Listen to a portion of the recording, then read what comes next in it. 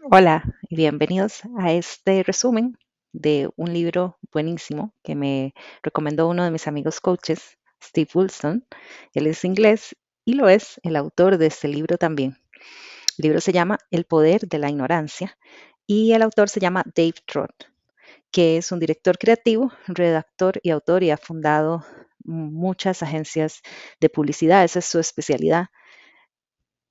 Yo veo que la forma en que él escribe realmente investiga mucho la historia y creo que él no se da crédito de que su conocimiento y lo que él comunica a través de los libros va mucho, pero mucho más allá de directores creativos y publicistas y va al, a la base de la sociedad, de lo que comunicamos, de lo que es importante, de lo que cuestionamos.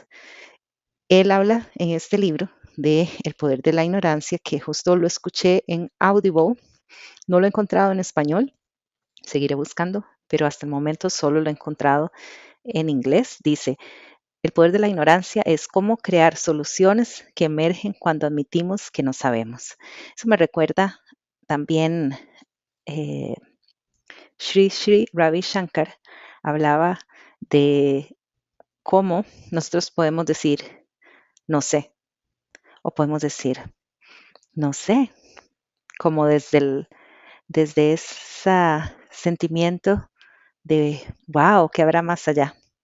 Y hablaba en un curso que se llama Infinito, que es desde ese sentimiento de eso que esperamos, que nos sorprende, del asombro, es de donde podemos conectar con nuestro ser. Por eso es que este libro me encantó, porque profundiza muchísimo en cuando damos por sentado que sabemos las cosas y el valor de no dar por sentado, que realmente es el valor que nos da la ciencia también.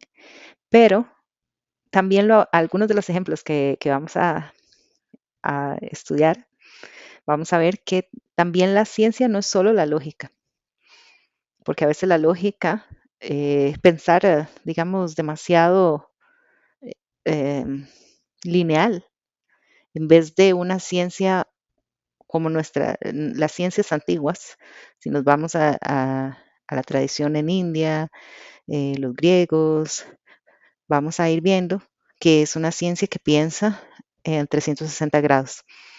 Entonces, eso también nos va a dar un valor como profesionales a, a distinguirnos. Vamos con las anécdotas porque están buenísimas y escogí varias para contarlas. Una de las cosas que dice es que las preguntas son siempre un punto de empezar. Hacer nuevas preguntas te da nuevas respuestas y efectivamente ese es el valor que el coaching nos da versus ser consultores, incluso versus dar mentoría. De hecho, una parte que dice aquí que no contrato expertos para que me digan qué hacer, sino para saber cómo hacer lo que quiero hacer. Ese es el típico espíritu del emprendedor, ¿verdad? Que lo sabe todo. Y también hay algo que hay otra frase que interesante, los expertos saben todo de todo y no necesitan escuchar a nadie más. Y si algo sale mal, no es culpa de ellos.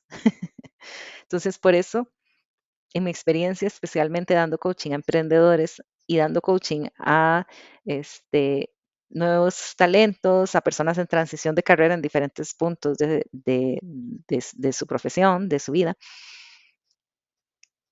como seres humanos queremos resolver y muchos tenemos como el advice monster, que hay otro autor ahí que habla, el monstruo consejero, ¿verdad?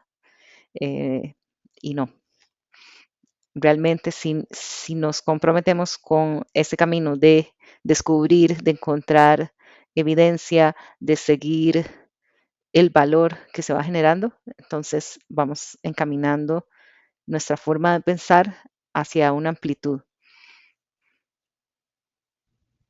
Habla acerca de la innovación, cómo la innovación puede ser pura o puede ser aplicada, donde también un mismo objeto se le cambia el valor y para lo que originalmente se ideó o algún proceso. Una de las historias que más me gusta, que habla acerca de cómo un proceso se puede cambiar, es una que estoy segura les va a encantar. Es de un señor que se llama Charles Barbey. Y resulta que en la Primera Guerra Mundial él desarrolló lo que le llamaba la écriture nocturne o escritura nocturna. Porque resulta que los soldados, cuando recibían mensajes de noche, encendían la luz y obviamente los hacía un blanco pues fácil para el enemigo. Entonces él inventó un sistema en que habían 12 puntos y una forma rectangular. Espero que ya estén pensando en qué se convierte esta innovación. Era lento y era complicado para los soldados, pero funcionaba en algunos casos. La armada lo rechazó, pero resulta que un niño de 12 años en 1821 tomó esta información. 1821. 1820. Ok, entonces no es en la Primera Guerra Mundial. Bueno, era una guerra, era una guerra. Eh, entonces, este niño se llama Louis Braille. Entonces, ya ahí les voy contando más cómo cambió esta innovación, que nació en un campo de guerra para evitar que los soldados tuvieran que encender luces para leer sus mensajes. Y Louis Braille tomó este sistema y lo simplificó aún más, usando 6 puntos y haciendo que las palabras fueran un estilo de caligrafía. Le tomó 3 años, o sea que cuando él ya tenía 15 años, logró hacer un método funcional de leer sin ver. Y esto hizo una enorme diferencia, porque las personas que son no videntes, que saben leer braille, tienen un 90% de empleabilidad versus que los que no leen solo tienen un 3% de empleabilidad. Entonces, él tomó algo que ya estaba inventado para un propósito y lo usó para uno completamente diferente. Maravilloso, ¿verdad? Bueno, esta es otra historia que me encanta, que habla acerca del espejo retrovisor. Esa sí es del siglo pasado, es de 1911, y de uno de mis deportes favoritos, que es la Fórmula 1. Y había un corredor que se llama Ray Heron. En este deporte se fueron haciendo diferentes innovaciones. Resultó que él fue el que inventó el espejo retrovisor. Todos pensaríamos que hace mucho sentido porque estamos acostumbrados a espejos retrovisores que funcionan, pero la realidad es que el espejo retrovisor que hizo Ray Heron no era funcional. Realmente él lo puso únicamente porque con eso le iba a permitir eh, correr. En- Era como ciertos requerimientos. Y a partir de eso, que él no lo inventó por seguridad, sino para pasarle de lado, ¿verdad?, las reglas, entonces fue que alguien tomó esa idea, la mejoró hasta los retrovisores que tenemos hoy, que van desde los que son fijos, los que se mueven, hasta las pantallitas que tenemos con video. Entonces es increíble cómo el poner atención, el estar presente y poner atención hace esa gran diferencia. La creatividad no funciona en líneas rectas. Debes crear espacio para fallar, equivocarte.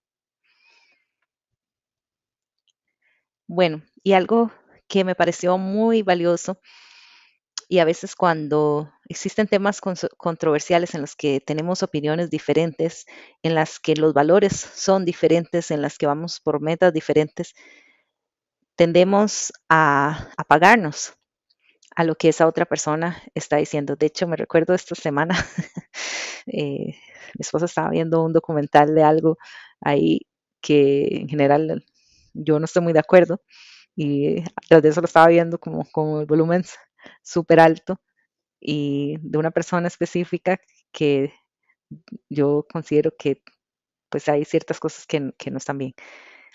Pero realmente a mí me pasó que yo no quería escuchar, no sé, las historias de publicidad que esa persona está armando para hacer creer que lo que está haciendo es muy bueno. Pero retomando este punto, quizás sería bueno que lo escuchara con mente abierta y aprender de la estrategia.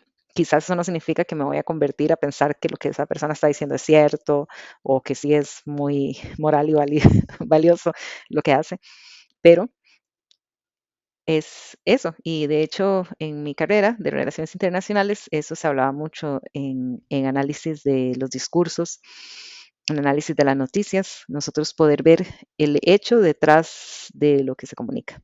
Entonces dice, aprende de todos, no solo de aquellos de los que estás de acuerdo. La gente que se siente muy segura no tiene necesidad de tomar riesgos. Y los que se sienten inseguros tienen que tomar riesgos. Entonces, son como ciertas cosas que también, digamos, las personas utilizan en el mercadeo. Otra historia interesante es que la Mona Lisa en realidad no era famosa al principio. Yo me pregunto cómo llegó a ser robada por 2 años la Mona Lisa. Si fue gato casero, no sabemos. Pero resulta que después de 2 años que la robaron, todo el mundo la quería ver y había una larga fila para verla y desde ahí se convirtió en una de las pinturas más famosas del mundo. También hablaban de un teatro en el que había uno de estos shows, como decir ópera, ¿verdad? Don Francisco, uno de esos shows. Y resultó que había una señora que tenía un tipo de discapacidad que hacía que pues trabajara bastante más despacio que la otra fila. Resultó que la percepción de las personas era que la fila era larga, no porque la señora iba trabajando despacio, sino porque todo el mundo quería ver esa obra. Entonces resultó que esa obra se vendía más porque la gente decía, pero si es esta fila tan larga es porque es buenísima, tengo que ir a verla. Entonces, ¿cómo ellos tuvieron esa sensibilidad? Porque no fue casualidad, tuvieron esa sensibilidad de usar los recursos disponibles a su favor.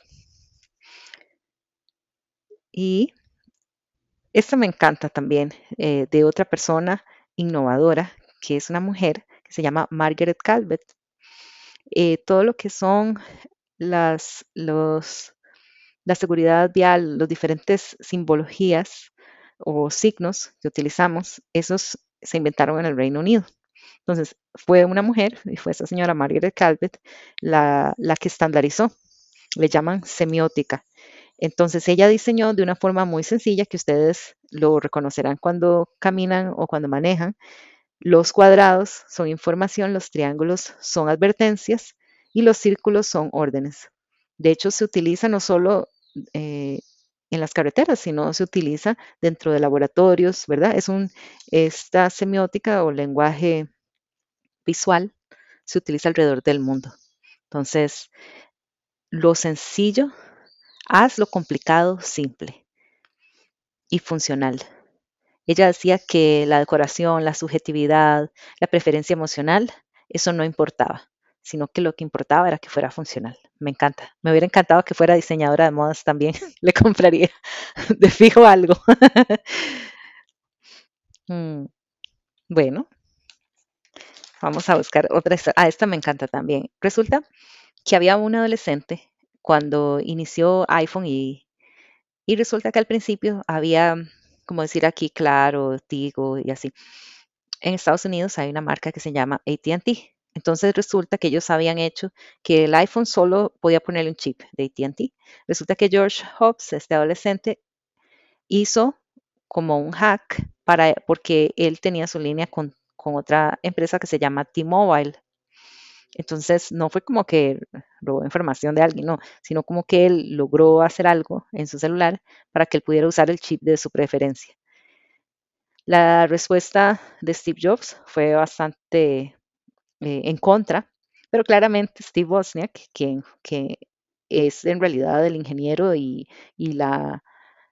la el creativo de la parte de ingeniería de Apple, él decía que la falta de comportamiento está fuertemente correlacionada con y es responsable por el pensamiento creativo.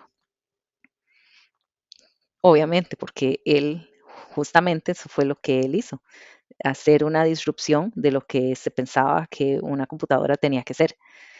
Entonces, obviamente a él le encantó. Y él habla que aquellos que temen meterse en un problema, la mentalidad que tienen es totalmente opuesta al pensamiento creativo. Entonces, esta me encantó también porque nos muestra claramente las dos personalidades. Hasta la fecha, la empresa iPhone tiene esa forma de que muy, muy cerrada, que era la mentalidad, obviamente, de toda la magia que él hizo con sus negocios, pero digamos, su forma de hacer negocios fue en eso, en ser cerrado, ¿verdad? Mientras que al mismo tiempo, lo que ha llevado al éxito a la compañía ha sido la creatividad y la disrupción tecnológica, que en el corazón es lo que lideró Steve Wozniak y que inició al principio. Espero que estemos aquí desmitificando muchas cosas. Está bien interesante. Otra historia que me encanta. Había escuchado en un curso de innovación y pensamiento de diseño o design thinking al respecto de las incubadoras. Y yo que soy una bebé prematura que se terminó de criar en incubadora por una semana, agradezco muchísimo y primero Dios y este invento, acá estamos. Entonces, resulta que ese deseo de cambiar las cosas realmente había muchísima mortalidad en los bebés prematuros o que nacían de baja talla. Y eso, pues sí, obviamente la gente se sentía triste y todo, pero se daba como por un hecho de que eso tenía que ser así. Sin embargo,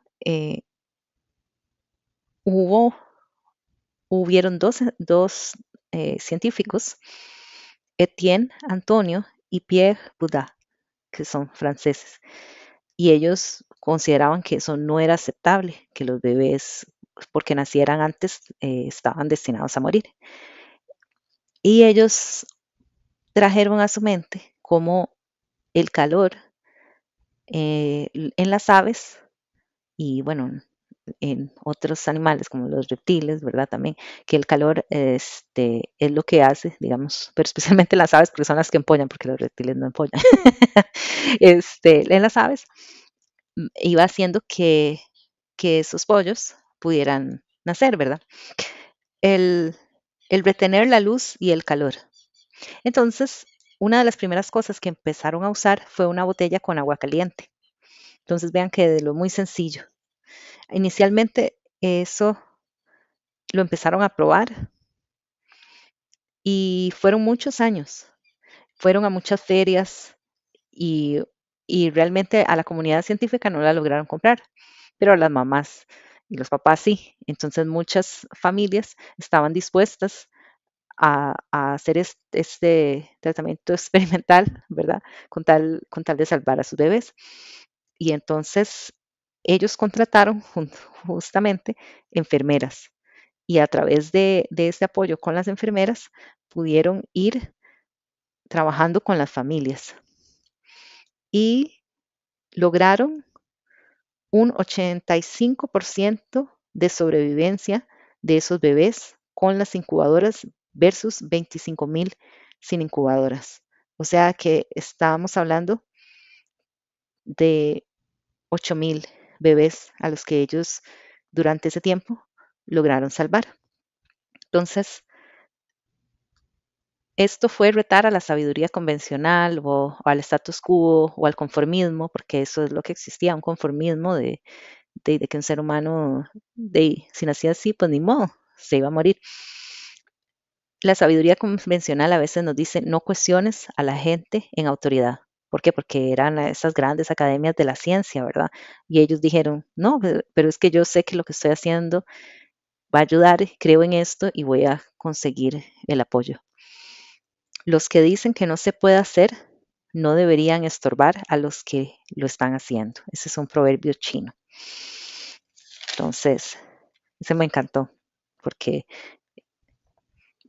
el ser rebelde a veces nos trae muchos problemas, pero si enfocamos esa energía hacia el bien común, nos trae muchos éxitos, un cambio maravilloso.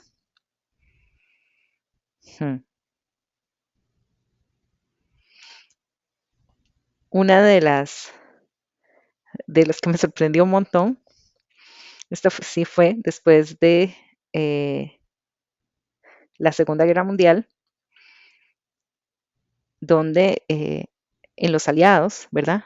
Ellos tenían donde estaban los diferentes campos del ejército, donde digamos como ellos, digamos, estaban reunidos, ¿verdad? Entonces habían como ciertos lugares donde ellos vivían, donde como habían sido tantos años, donde tenían construcciones.